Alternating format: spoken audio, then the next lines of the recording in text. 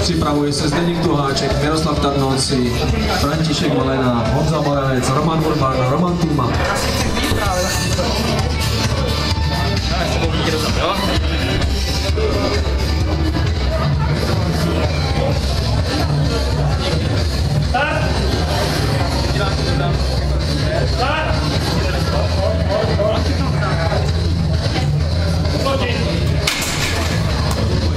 Tak bohužel, pokus neplatný, došlo ke zdvihnutí zadku.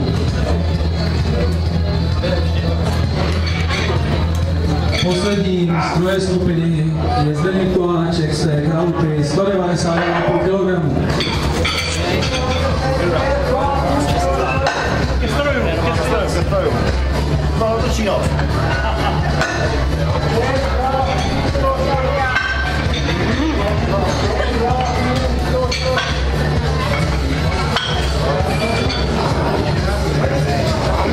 A z třetí skupiny už se nám připravuje Miroslav Tarnouci, František Malena. Činka připravená pro posledního závodníka z druhé skupiny Zdeňka Tuháčka.